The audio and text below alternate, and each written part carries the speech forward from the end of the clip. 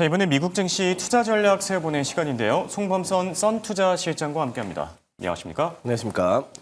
자, 상호 관세가 발효된 지 첫째 날이 됐습니다. 미국 증시도 높은 변동성을 나타냈는데 오늘 일장은 어떻게 보셨죠? 네, 뭐 정치가 경제를 흔든다 이렇게 좀 보고 있고요. 지금은 뭐 관세 부과라던가 관세가 또 발효되는 시점 그리고 파월의 압박 이런 점들이 계속해서 경제 요소를 흔드는 시점이다 이렇게 좀 판단을 합니다. 자, 그렇기 네. 때문에 지금 상황은 전반적으로 정치권의 이런 정책들이 또 경제를 흔들고 있다 이렇게 좀 판단을 할 수 있겠고요. 지금 전반적으로 뭐 계속해서 새롭게 부과되는 네. 또 관세, 반도체 뭐 관세 100%라던가 이런 점들이 주요 변수로 자리 잡고 있기 때문에 지금은 또 중요한 시점이다 이렇게 좀 판단할 수 있겠습니다. 네. 말씀해 주신 것처럼 관세랑 관련된 소식들 계속해서 나오는 만큼 변동성도 좀 높아지지 않을까 생각이 들고요. 자, 오늘 살펴볼 첫 번째 이슈 바로 401K. 이 미국인들의 퇴직연금과 관련된 소식인데요. 트럼프 대통령이 행정명령에 서명을 했습니다. 이제 퇴직연금에 암호화폐나 사모펀드가 뭐 들어갈 수 있다 이런 부분인 것 같은데 앞으로 어떤 변화들이 있을까요? 그렇죠. 이제 암호화폐에 대한 부분을 굉장히 지금 뭐 제도권 하나에 들여야겠다 뭐 이렇게 좀 해석을 할 수 있겠고요. 행정명령을 내렸고 이제 퇴직연금이다 보니까 이게 지금 굉장히 또 안전성이 중요합니다. 그래서 퇴직연금 우리가 이제 퇴직금 받는 거 대신 받는 거잖아요. 그래서 네. 지금 이게 바로 트럼프의 401K 이게 퇴직연금입니다, 여러분. 근데 이제 퇴직연금으로 하는 건데 이거를 암호화폐로 한다는 거는 돈 대신 이제 비트코인 주겠다 이거랑 마찬가지거든요. 네, 그래서 여러분들이 이제 비트코인은 뭐 어느 정도 뭐 실체가 없고 굉장히 또 위험한 거 아니냐 이렇게 볼 수 있는데 이런 거 보면은 이제는 비트코인을 뭐 기존의 화폐와 좀 동일시할 수 있는 그런 법안이 생겼다 이렇게 좀 해석을 할 수 있겠습니다. 네, 실제로 비트코인 가격도 이 속보가 나온 이후에 2% 급등하면서 현재 11만 8천 달러까지 올라선 상태입니다. 그러니까 결국에 퇴직연금에 이제 가상자산을 포함할 수 있게 된다. 이런 부분이 좀 포커스가 아닐까 싶기도 하고요. 자, 그리고 임기 안에 트럼프 대통령의 임기 안에 미국의 반도체 공장을 짓게 되면은 관세를 면제해주겠다 이런 관세 속보들도 나왔는데 어떻게 보셨죠?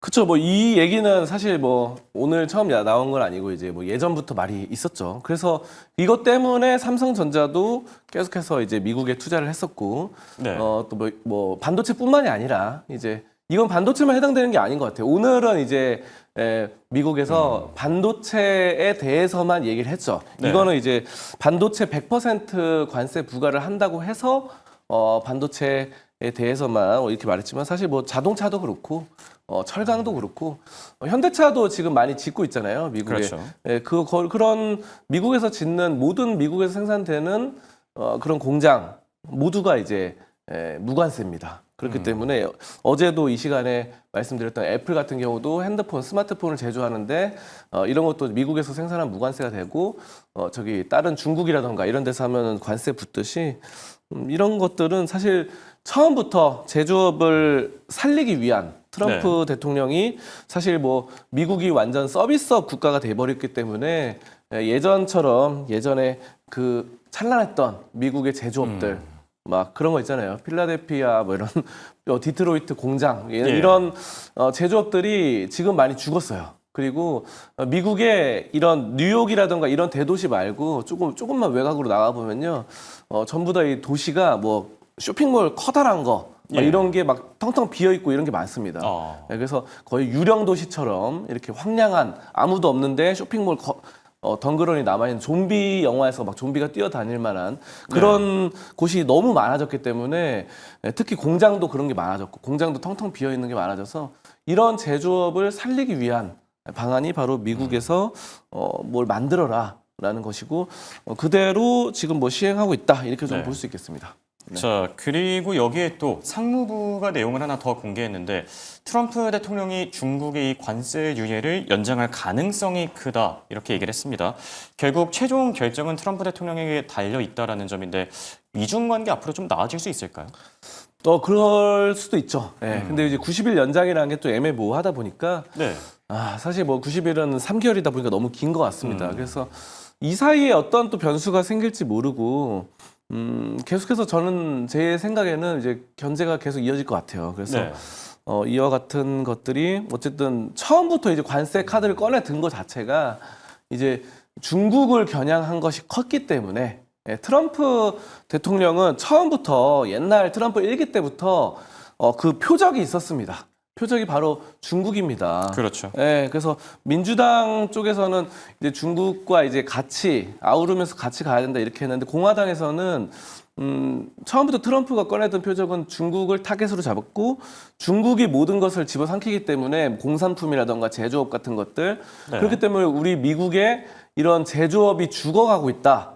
그래서 중국한테 모든 제조업이 뺏기고 있다. 이런 논리를 펼치면서 이제 다시 아메리카를 뭐 위대하게 살려야 된다. 그렇죠. 메이크 네. 만들어야 된다. 뭐 이렇게 하면서 마가로 내섰던 거죠. 그래서 중국을 타겟으로 잡으면서 그 마가 세력들을 결집을 시켰던 것이기 때문에 제가 봤을 때 중국 이번에 연장해도 또 중국을 또 때릴 수 있는 새로운 카드를 또 꺼내들 수 있다. 이렇게 좀 판단하고 있습니다. 알겠습니다. 자, 여기 또 밤사이 경제 지표들이 많이 발표됐는데요. 지난주 고용 쇼크 여파가 워낙 컸던 만큼 실업 지표가 또 중요했었죠.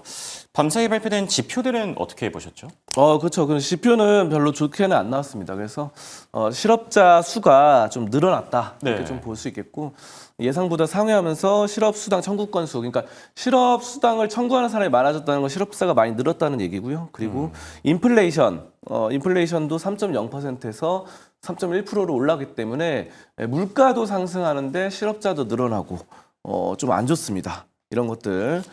그래서 뭐 30년물 국채 입찰도 응착률이 지금 별로 안 좋아요. 그래서 많이 최저치다 뭐 이런 말이 나오고 있는 2023년 이후 최저치다 이런 말이 나오고 있어서 전반적으로 지표는 좋지는 못했다 이렇게 좀 판단할 수 있겠습니다. 네. 여기에 또 영국 쪽에서는 금리를 내렸다라고 합니다. 지난주 FOMC에서 이제 금리 동결이 이루어졌는데 영국은 또 내리고 있고 3개월 만에 추가 인하라고 하는데 이건 어떻게 보시죠? 그렇죠. 영국도 굉장히 높았습니다. 네. 금리가. 그래서 지금 미국은 30년물 국채 금리가 막 5% 가까이 이렇게 되거든요. 넘나들 예, 했었죠. 5%. 근데 이제 영국도 4%, 뭐 4.25%, 뭐 이렇게 돼가지고, 야, 이렇게 강대국들이 정말 돈이 예. 많고 경제적으로 발전한 국가들이 높았는데 영국이 먼저 카드를 꺼내든 거죠. 그래서 BOE, 그러니까 뱅크 오브 잉글랜드가 바로 영국 은행에서 금리 인하를 했다라는 점이고요. 이거는 뭐 어쩔 수 없죠. 지금 왜냐하면 영국보다도 그 GDP 규모라던가 경제 성장 규모가 낮은 개발도상국 국가들도 사실 뭐 4%가 안 되는 국가들도 있어요. 그렇기 때문에 뭐 지금 이런 것들은 3개월 만에 추가 인하를 했다는 거는 뭐 긍정적이다 이렇게 판단하고 이런 점들은 좀 긍정적으로 볼 수 있겠고요. 다만 이제 제가 또 금리를 쭉 보니까 브라질 이런 데는 또 막 13%, 14%막 이렇게 하더라고요. 네. 그리고 인도도 막 엄청 높더라고요. 10% 이렇게. 그렇기 때문에 그런 또 개발도상국과 또 다르게 구분해야 된다. 근데 이제 선진국 계열에서는 또 가장 높은 축에 속하는 상황이었는데 이제는 좀 4% 아래로 좀 떨어질 수 있는 그래서 미국도 따라갈 것 같아요. 결국은. 그래서 미국 역시 금리 인하를 좀 촉발할 수 있는 그런 포인트가 아닌가 이렇게 싶습니다. 네, 알겠습니다. 자, 종목 이슈들로 한번 넘어가 볼까 하는데 밤사이 큰 이슈가 있었던 것 중에 하나가 바로 1111입니다. 호실적을 공개했음에도 불구하고 이 비만 치료제가 기대에 못 미쳤다 이러면서 주가가 생각보다 많이 빠졌는데 국내 제약 업체들, 바이오 업체들도 좀 걱정이 되는 부분이거든요. 1112는 어떻게 보고 계실까요? 비만 치료제 관련해서 네. 뭐 상당히 또 뭐 이렇게 입지가 있는 회사죠. 그래서 근데 오늘 좀 많이 빠져가지고 뭐 일랄릴리도 그렇고 노보노 디스크 뭐 이런 여러 회사들이 그렇죠. 있잖아요. 그래서 호실적에도 주가가 많이 빠졌는데 뭐 기대 이하다 이런 것들은 국내에도 사실 굉장히 많아요. 뭐 펩트론이라던가 또 뭐 한미약품 등등 새롭게 또 막 이렇게 개발을 해 나가는 회사도 있고 펩트론 같은 경우는 또 이렇게 기존의 빅파마 이런 비만 치료제 빅파마 손을 잡고 같이 뭔가 협업을 하고 있죠. 그래서 이런 점들이 있는데 어쨌든 전반적으로는 좀 빠질 가능성이 높아졌다. 우리나라 지금 화면에 나오는 한미약품이라던가 뭐 펩트론이라던가 국내 증시에도 좀 영향이 있겠죠, 아무래도. 클 것 같습니다. 그래서 오늘 바이오주는 좀 약세로 돌아서지 않을까. 왜냐하면 국내에서도 사실 뭐 셀트리온이라던가 뭐 셀트리온 그러면 바이오시밀러 대장이잖아요. 그리고 네. 삼성 바이오로직스 같은 뭐 CDM 뭐 이런 것들은 잘 안 올랐어요. 근데 이제 펩트론은 작년부터 해가지고 꾸준히 좀 올랐거든요. 그렇죠. 그래서 비만 치료제 관련은 이게 뭐 당뇨병과도 관련이 있죠. 그래서 당뇨병하고 비만 치료제 같이 하는데 비슷하게 좀 치료를 할 수 있기 때문에 성분이 같아서. 근데 이제 꾸준히 이렇게 펩트론도 차트를 지금 보시면 올랐잖아요. 근데 이런 것들이 일라이릴리가 좀 꺾인다고 한다면은 사실 일라이릴리 차트는 뭐 많이 좀 꺾여 있는 상태거든요. 예. 사실 이거는 일라이릴리는 2024년 8월에 가장 고점이었고 지금 최근에 계속 꺾이다가 오늘 대폭 하락을 했어요. 근데 이런 거 보면은 펩트론이라던가 이런 부분들이 바로 이렇게 지금 보시면 화면에 예. 이렇게 좀 하방 곡선을 하방 차트를 좀 이루고 있거든요. 그래서 이런 거 보면은 우리나라 그 뭐 대봉 LS라던가 아니면은 펩트론, 한미약품 등등도 오늘 좀 약세, 그동안의 상승세가 좀 빠지지 않을까 이런 네. 예상도 되고 있습니다. 알겠습니다. 일라이릴리 관련 소식들 간단하게 체크해 봤고요. 자, 그리고 밤사이 인텔이 또 3% 넘게 빠졌는데 인텔은 어떤 이슈 있었죠? 그 인텔은 사실은 원래는 좋은 상황이어야 되는데 네.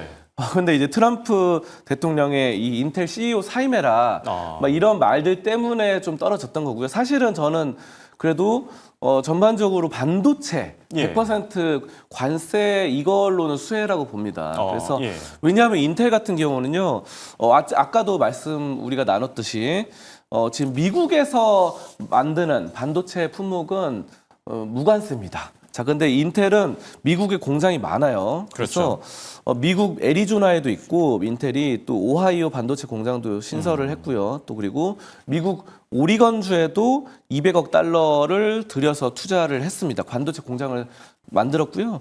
또 인텔은 뉴멕시코 공장에도 지금 설립을 했죠. 그래서 공장이 많아요, 여기저기. 그래서 미국에서 원래 출발한 만큼 다른 외국 반도체 회사보다 빠르게 반도체 이런 산업에 좀 적응을 할 수 있는 게 바로 인텔이다.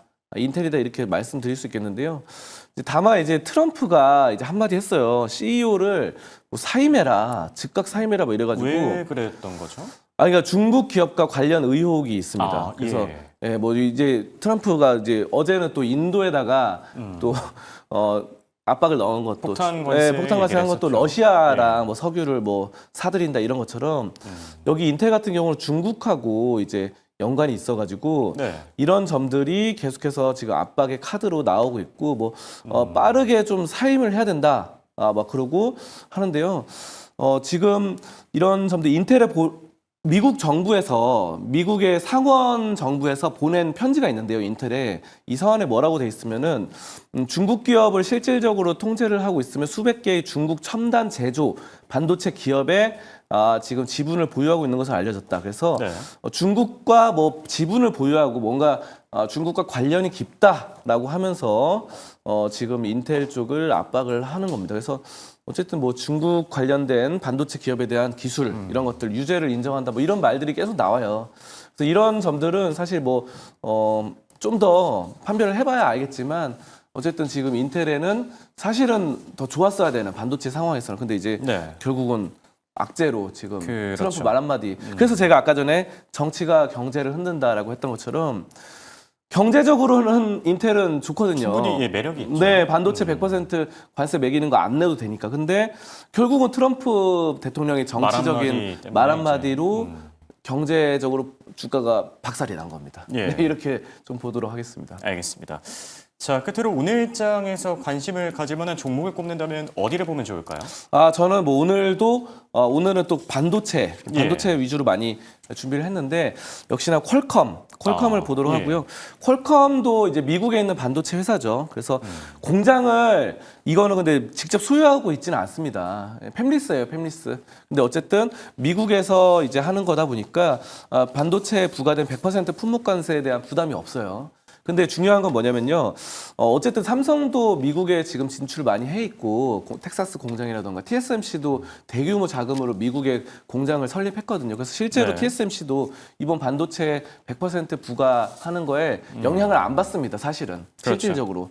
왜냐하면 미국에 공장이 많아요. 그래서 TSMC한테 파운드리를 주든 삼성한테 주든 뭐 어디를 주든 간에 미국 내로 들어온 공장에 일을 맡기면 관세 부담이 전혀 없어요. 그렇기 때문에 퀄컴은 좋고, 퀄컴은 요즘 잘하고 있는 게 여러분 들어보셨을 텐데 스냅드래곤이 있습니다. 그래서 네. 스마트폰 이렇게 하면은 스마트폰에 이 AP가 있어요. 그러니까 AP라는 건 스마트폰의 두뇌 같은 겁니다. 네. 뇌인데 그게 스냅드래곤이 굉장히 잘하고, 사실상 삼성전자가 엑시노스가 있는데 엑시노스보다 한 단계 위다.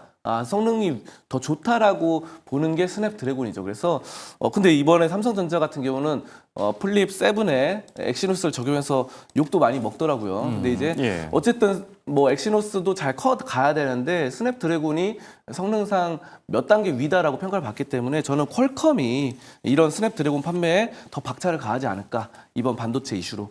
그래서 저는 퀄컴을 주요 기업이다 이렇게 좀 보도록 하겠습니다. 네, 탑픽 주로 퀄컴까지 꼽아주셨습니다. 지금까지 도말씀의 송mom선 썬투자실장과 함께했습니다. 감사합니다. 감사합니다.